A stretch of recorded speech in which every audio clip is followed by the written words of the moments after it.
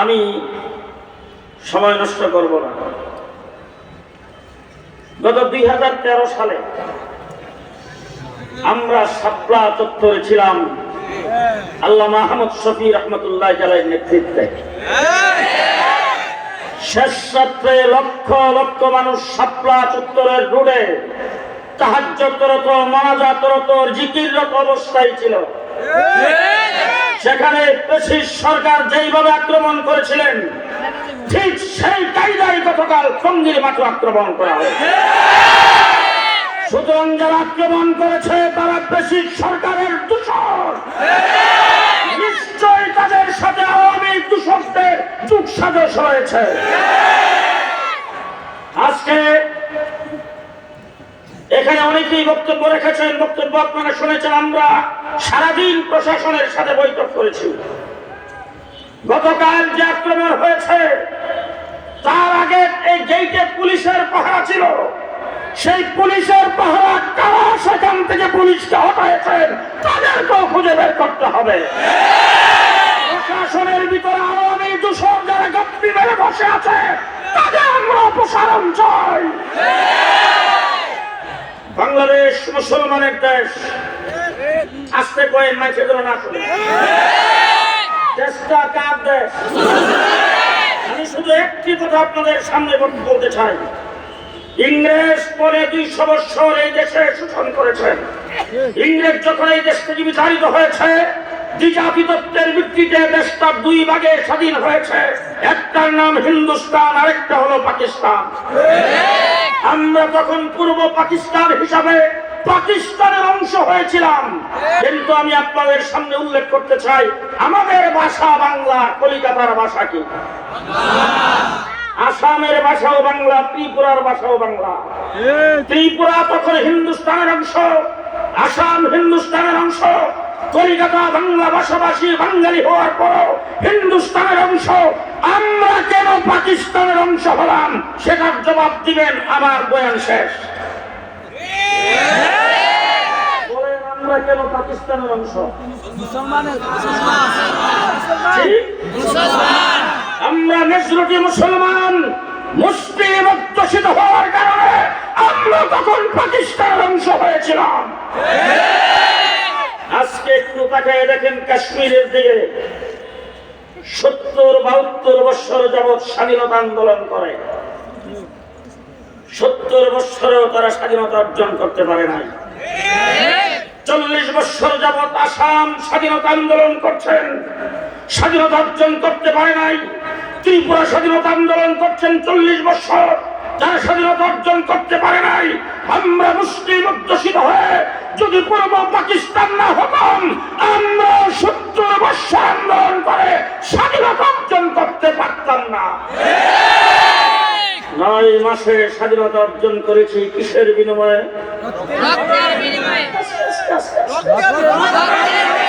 কিসের কারণে?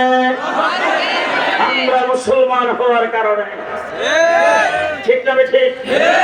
9 মাস আন্দোলন করে যখন আমরা স্বাধীনতা অর্জন করেছি, এরপর থেকে আজকে 54 বছর ভারত আমাদের পেছনে লেগেছেন।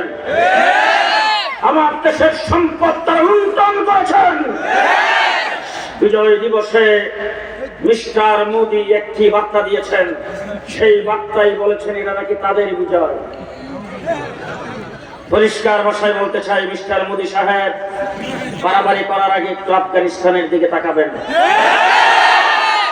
বিশ্বের সবচেয়ে বড় পরাশক্তিকে লাঠিডান্ডাদের আফগানিস্তান থেকে যেইভাবে বিদায় করে দিয়েছে, আপনাকে ছেড়ে দেওয়া হবে।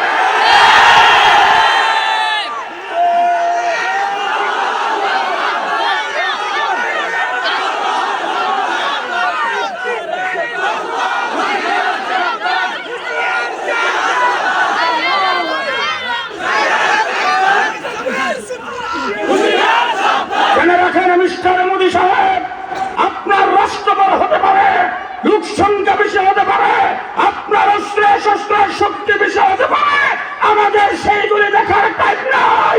আমরা মুসলমান। মুসলমান হিসাবে আমাদের সেইগুলি হিসাব করার সময় নাই।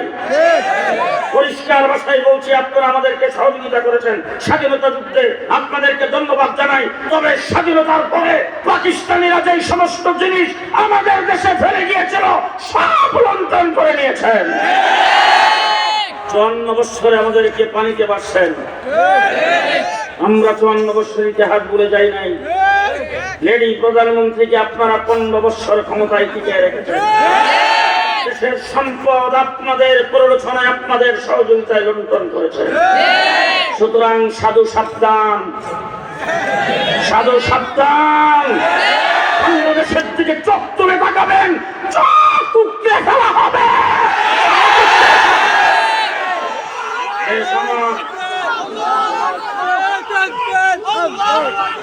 শেষ কথা আমি আপনাদের সামনে বলতে চাই, শেষ কথা আমি আপনাদের সামনে বলতে চাই, মুসলমান হিসাবে আমরা স্বাধীন,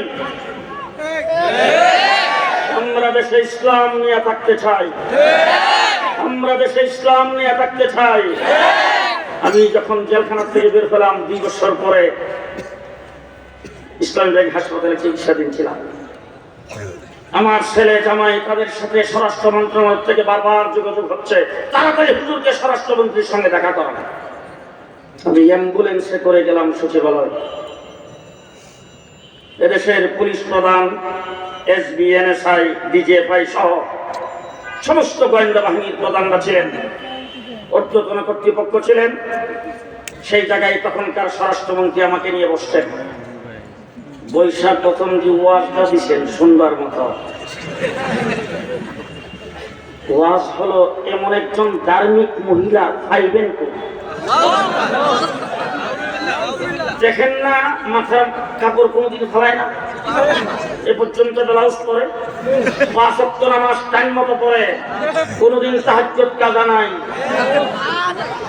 ফজরের নামাজের পরে কোরআন তেলাওয়াত না করে যিনি কোনো কাজ করেন না। গণভবন যখন দখল করা হয়েছে, মদের বোতল পাওয়া গেছে, কোরআন শরীফ পাওয়া যায় না। আল্লাহ পাক আমার মনে হয় তাদের কথাই কোরআন শরীফে বলেছেন, وَمِنَ النَّاسِ مَن يَقُولُ آمَنَّا بِاللَّهِ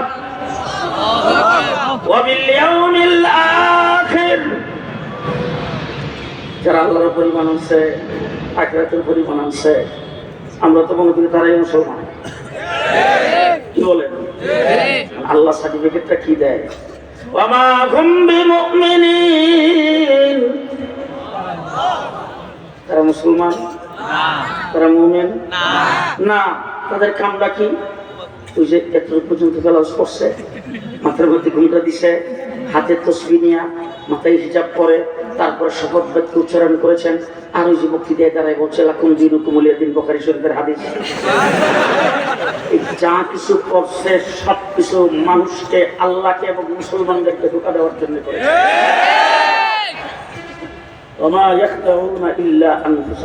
আসলে তারা আল্লাহকেও ধোঁকা দিতে পারে নাই, মুসলমানকেও ধোঁকা দিতে পারে নাই, নিজেরাই ধোঁকা করছে। ঠিক না ঠিক? গত 17 বছর যারা বলছেন খেলা হবে, পরিষ্কার ভাষায় বলতে চাই, খেলার মাঠে আমরা ছিলাম। কথা আসতে বলবেন না। জেলে যাওয়ার আগে যেই ভাষায় কথা বলেছি, জেল থেকে বের হয়ে সেই ভাষায় কথা বলেছি। 17 বছর আমরা খেলার মাঠে ছিলাম, কিন্তু দুঃখ এই জায়গায় তোমরা খেলতে আসো নাই, তোমাদের পুলিশ লীগের অস্ত্রের বিনিময়ে খেলছো। আজকে যখন পুলিশ তোমাদের সাথে নাই, তোমরা না বলতে পালাবো না, এখন গেলা কোথায়? 1.5 মাস রিমান্ডে ছিলাম ডিবি অফিসে। প্রত্যেক দিন আমাকে বলা হতো তুই পাকিস্তানিরা দেখা, তুই পাকিস্তানিরা দেখা, অন্তত 50 বার। 7টা টিম আমাকে জিজ্ঞাসাবাদ করেছেন, রাত্র দিন 24 ঘন্টা, শোয়ার জায়গাও দেয় নাই। আমাদেরকে যখন রুম থেকে বের করা হতো তখন ডান্ডা বিড়ি লাগিয়ে বের করা হতো। আমাদেরকে কোর্টে হাজির করা হতো ডান্ডা বিড়ি লাগায়। আমাদেরকে ফাঁসির ছেলে আটকে রাখা হয়েছে। আজকে পরিষ্কার ভাষায় বলতে চাই অন্তর্বর্তীকালীন সরকারকে, আজকে যখন দেখি এনওয়ার মেনন সাহেবরা, আজকে যখন দেখি আওয়ামী লুটেরাদেরকে জামায় আদরে আনা হয় কোর্টে, আমাদের তখন রক্তক্ষরণ হয়। পরিষ্কার ভাষায় বলতে চাই, আজকে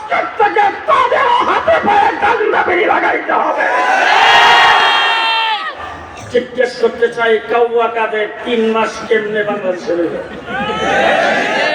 কোথায় ছিলেন? আজকে স্বরাষ্ট্র উপদেষ্টার সামনে বলে আসছি, আওয়ামী লীগ চলে গেছে, প্রযুক্তি চাই নাই। আমি নরসিংদী রাত্রে 2:30টার সময় এক সিএনজি পাম্পে দাঁড়াইছি, এক দোকানের সামনে দাঁড়ায় 1 কপি পান করতেছে। আমাকে ঊর্ধ্বতন কর্তৃপক্ষকে ফোন করে বলেন, এত রাত্রে সিএনজি পাম্পে কি করেন? তাহলে আমাদেরকে সব সময় মনিটর করা হতো। আমাদের মোবাইলে কথা বলা পর্যন্ত নিরাপদ ছিল না, আমাদের চলাফেরা পর্যন্ত নিরাপদ ছিল না। আওয়ামী লীগ চলে গেছে, তাদের প্রযুক্তি চলে যায় নাই। 3 মাস পর্যন্ত কাউয়া কাদের বাংলাদেশে থাকলো, তাকে কেন ধরতে পারলেন না? পরিষ্কার ভাষায় বলতে চাই, আওয়ামী লীগ, বিএনপি, জাতীয় পার্টি সহ আওয়ামী বিরোধী যারা, তারা নির্যাতিত হয়েছে। আমরা স্বীকার করি না, 100 বার স্বীকার করি।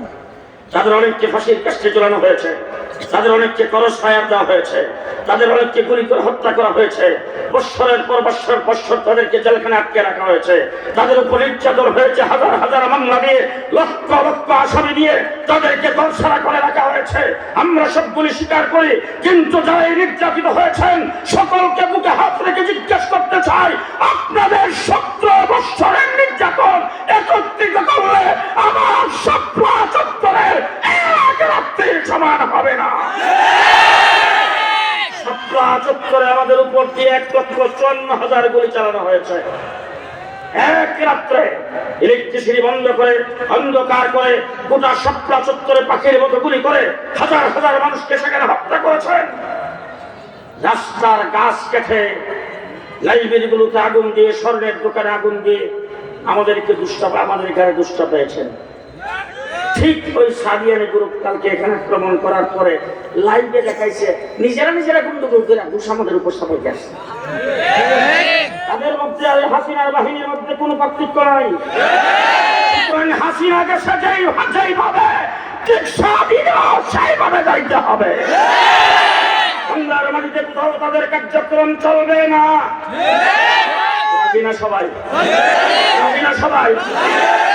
আসেন দিকে হাত তুলে দেখায়, বাংলাদেশে তাদের কার্যক্রম চলবে না, সাদিয়ানীদের কার্যক্রম বাংলাদেশে চলবে না। 2 নম্বর কথা বলতে চাই, তারা মাসে তারা 2 সপ্তাহ কাকরাইল মসজিদে থাকেন। গত রাত্রে যে কাণ্ড ঘটাইছেন, এরপরে কাকরাইল মসজিদে ঢুকার প্রশ্নই আসে না। 3 নম্বর কথা বলতে চাই, তারা আবার ইজতেমা করবে। গত 7 বছর করে আসছে কিভাবে জানেন? আমরা ইজতেমা করি তো লক্ষ লক্ষ মানুষ হয়, মানুষ বলে মাঠটা খুব কাজটা হয়ে যায় না। এতগুলি মানুষ পাক করে, খানা পিনা খায়, ময়লা আবর্জনা আসে, ওই ময়লা আবর্জনা পরিষ্কার করার জন্য 3 দিন তোমরা আইতা। এইটাও এখন থেকে আর হবে না, আস্তে আস্তে আস্তে হবে না। এই মাসের যেই মাঠে তোমরা আক্রমণ করে আল্লাহ ওলিদের রক্ত ঝরেছ, সেই মাঠে তোমাদেরকে কোনো ইজতেমা করতে দেওয়া হবে না, হবে না, হবে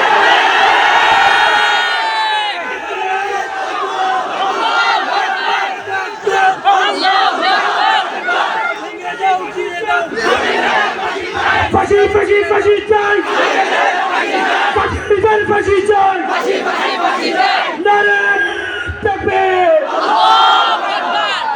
এদেশের মূল মন্ত্র হল ইসলাম। যদি তাই হয়ে থাকে, 54 বৎসরের বাংলাদেশ, দেশটা স্বাধীন হওয়ার পরে সর্বপ্রথম আসলো সোনার বাংলা। 74 সনে একজনে বমি করছে, আরেকজনে খাইছে। আমি নিজে প্রতিরোধ। কিছুদিন পরে আসলো সবুজ বাংলা। এরশাদ সাহেব এসে ঘোষণা দিলেন নতুন বাংলা।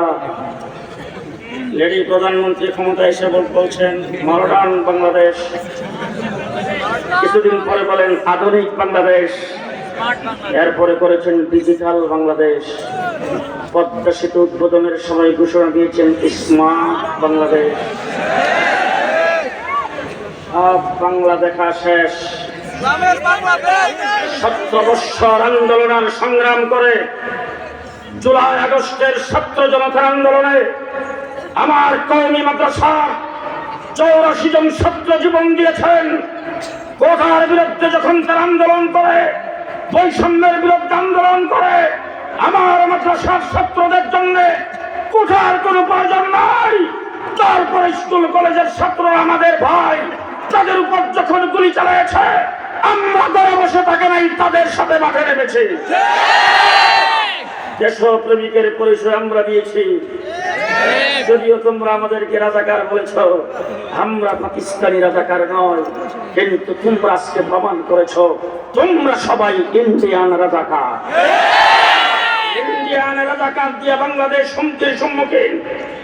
আজকে গত 4 মাস তোমরা পদে পদে বাংলাদেশের বিরুদ্ধে ষড়যন্ত্র করে যাচ্ছ। জুলাই আগস্টে যে স্বাধীনতা অর্জিত হয়েছে সেই স্বাধীনের পরে ধর্ম উপদেষ্টা ঘোষণা করেছেন সামনে নির্বাচন দিয়ে নির্বাচিত সরকারের কাছে ক্ষমতা হস্তান্তর করে উনারা চলে যাবেন। আমি আজকে আপনাদের সামনে বলতে চাই, যদি রাজি থাকেন সকলে তারা সমর্থন দিবেন। এবারের বাংলাদেশ হবে ইসলামের বাংলাদেশ। রাজি আছেন? রাজি আছেন? দেশ হবে ইসলামের বাংলাদেশ। আমাদের নেতৃত্ব দিবেন মহিবুল্লাহ বাবনগরী। আমরা তার নেতৃত্ব তার নেতৃত্ব অগ্রসর হতে প্রস্তুত আছেন। আল্লামা বাবনগরী সাহেবকে আল্লাহ পাক দীর্ঘনে খায়াত দান করুন। আমরা তার নেতৃত্বের সামনের দিকে অগ্রসর হব। বাংলাদেশে ইসলামের বাহিরে কেউ কোনো কিছু করার কল্পনাও যেন করতে না পারে সেই ব্যাপারে আমরা সজাগ থাকবো। সাদিয়ানীদের ব্যাপারে সবাই সতর্ক থাকবেন। ওলামায়ে কেরামের পক্ষ থেকে যে কোনো সময় যে কোনো কর্মসূচি সবাই আসতে রাজি আছেন তো ইনশাআল্লাহ? বসে পড়েন, বসে পড়েন। আমির হেফাজত আল্লামা শাহ মহিবুল্লাহ বাবনগরী আজকে প্রধান অতিথির সর্বশেষ নসিহত করে তারপরে তিনি আখিরি মোনাজাত দিবেন। আমরা মোনাজাত করে এখান থেকে বিদায় হব। আল্লাহ আজকের মাহফিলকে কবুল করুন। যাদের মাথায় পাগড়ি পরাই দিলাম তাদেরকে কবুল করুন। মানহাল মাদ্রাসাকে আল্লাহ পাক কবুল করুন। হযরত মাওলানা মুফতি কিফায়েতুল্লাহ আজহারী সহ তার আসাতিজা কেরাম, তার মুহিব্বিন মুতাল্লিকিন যারা এই মাদ্রাসা প্রথম থেকে শুরু করেছেন এ পর্যন্ত সহযোগিতা করেছেন, বর্তমানে যারা মেহনত করতেছেন তাদের অন্তরকে আল্লাহ ইখলাসের দ্বারা ভরপুর করে দেন। তাদেরকে আল্লাহ পাক দ্বীনের খাদেম হিসেবে কবুল করেন। ওয়া আখিরু দাওয়ানা আলহামদুলিল্লাহি রাব্বিল আলামিন। আসসালামু আলাইকুম ওয়া রাহমাতুল্লাহি ওয়া বারাকাতুহু।